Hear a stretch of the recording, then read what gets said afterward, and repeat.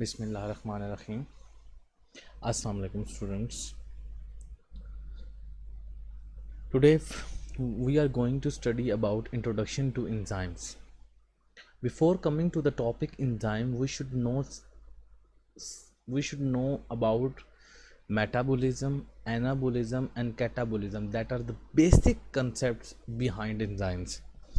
Okay, what is metabolism? Metabolism means change, any change. Okay, the term metabolism is derived from a Greek word meaning change.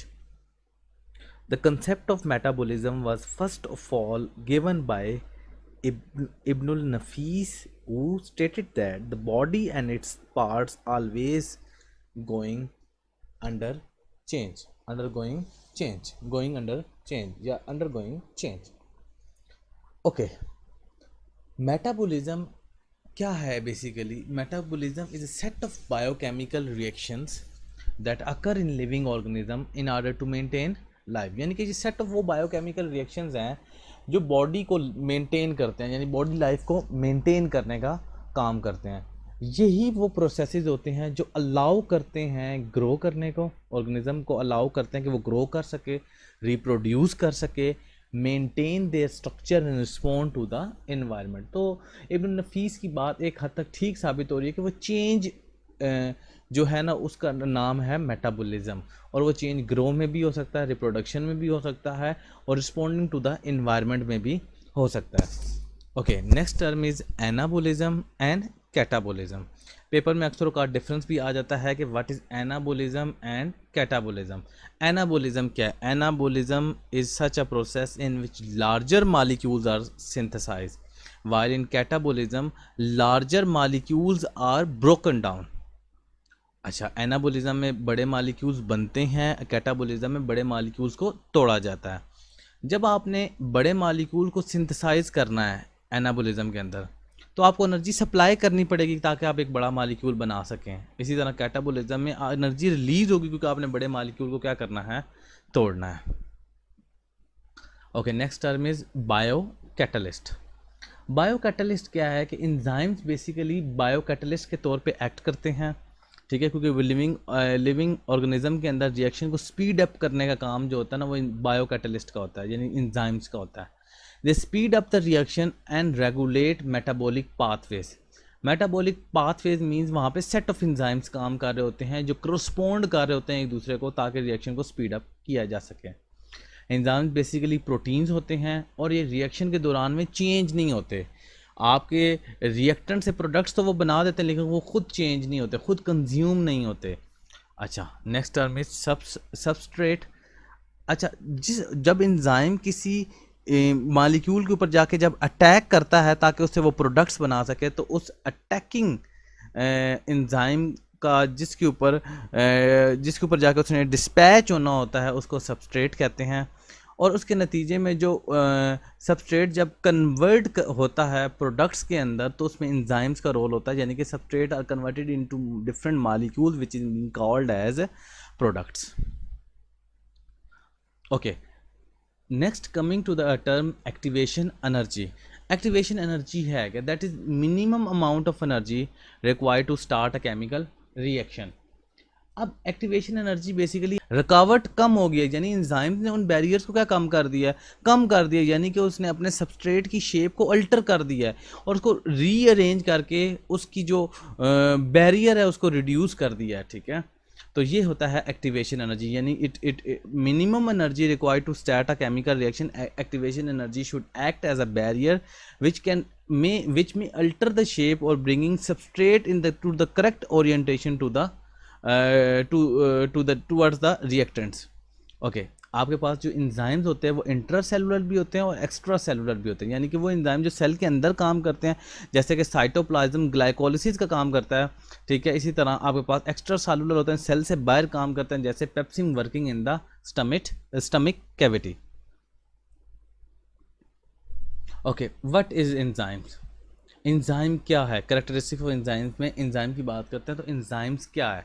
Enzymes are basically ग्लोबुलन या globular proteins और किससे मिलकर बनते हैं? Long chains of amino acid से मिलकर बनते हैं, ठीक है, और ये फोल्ड्स होते हैं two folds to produce 3 dimensional molecule, यानी कि जो प्रोटीन्स होते हैं वो अमाइनो एसिड से मिलकर बनते हैं, और अमाइनो एसिड के अंदर एक आपके पास अमाइनो ग्रुप होता है और दूसरा कार्बोक्सिलिक ग्रुप होता है।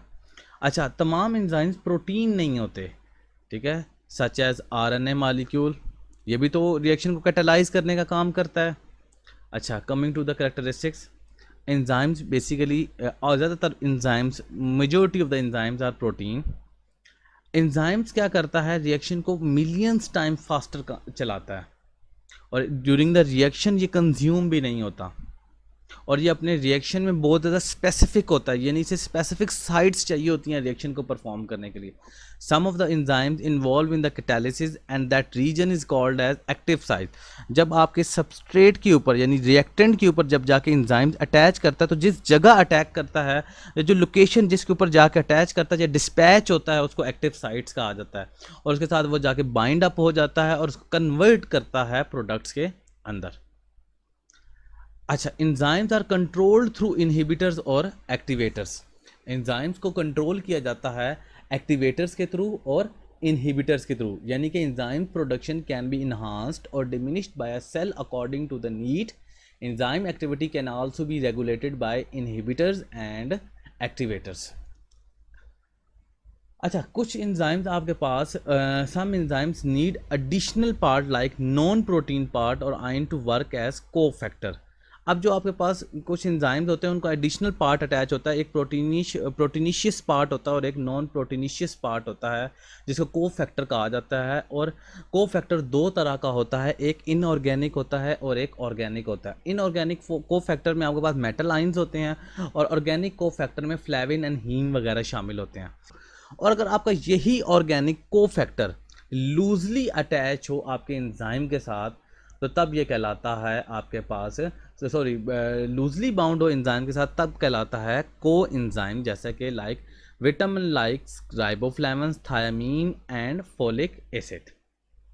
अच्छा, सम एंजाइम्स जो होते हैं ना, वो मेटाबॉलिक पाथवेज अडॉप्ट करवाते हैं, such as creating path for the other enzymes to take substrate from the first in the form of product, in this way that path work. यानी कि ये क्या करते हैं, बेसिकली ये दूसरे एंजाइम्स के लिए पाथ प्रोवाइड करते हैं, ठीक है, creating path for the other enzymes to take substrate from the first in the form of products. यानी कि क्या करते हैं, जब एक एंजाइम बहुत बड़ा है तो जब फर्स्ट उसको कलेक्ट करेगा तो वो उसके लिए क्या कहलाएगा, एंजाइम जब उसको कलेक्ट करेगा तो वो उसके लिए सबस्ट्रेट होगा।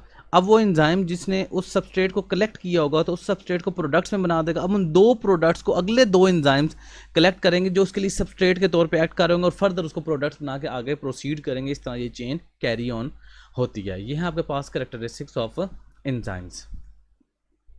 या एंजाइम्स कहाँ कहाँ पे यूज़ होते हैं, आपके पास एंजाइम फूड इंडस्ट्रीज में यूज़ होते हैं, जिसमें एंजाइम क्या करते हैं, स्टार्च को सिंपल शुगर में ब्रेक करते हैं, जो कि ब्रेड और बंस बनाने में यूज़ होती है। इसी तरह ब्रूइंग इंडस्ट्री के अंदर enzyme starch and proteins, enzyme starch और प्रोटीन्स को ब्रेक करते हैं, जो कि यीस्ट फर्मेंटेशन या अल्कोहल फॉर्मेशन में यूज़ होते हैं। इसी तरह पेपर इंडस्ट्री के अंदर एंजाइम डेंसिटी, स्टार्च की डेंसिटी को कम करके पेपर मेकिंग में हेल्पफुल होते हैं। इसी तरह बायोलॉजिकल डिटर्जेंट में प्रोटीआज और एंजाइम और अमाइलेज एंजाइम होता है, जो कि स्टेन्स और क्लोथ्स को से डस्ट पार्टिकल्स को रिमूव करने में या स्टेन्स को रिमूव करने में हेल्पफुल होता है। यूजुअली एंजाइम्स का जो राइटिंग मैनर होता है उसके एंड पे ASE आता है, जो डोनेट करता है कि it is an enzyme like protease and amylase. Thank you very much.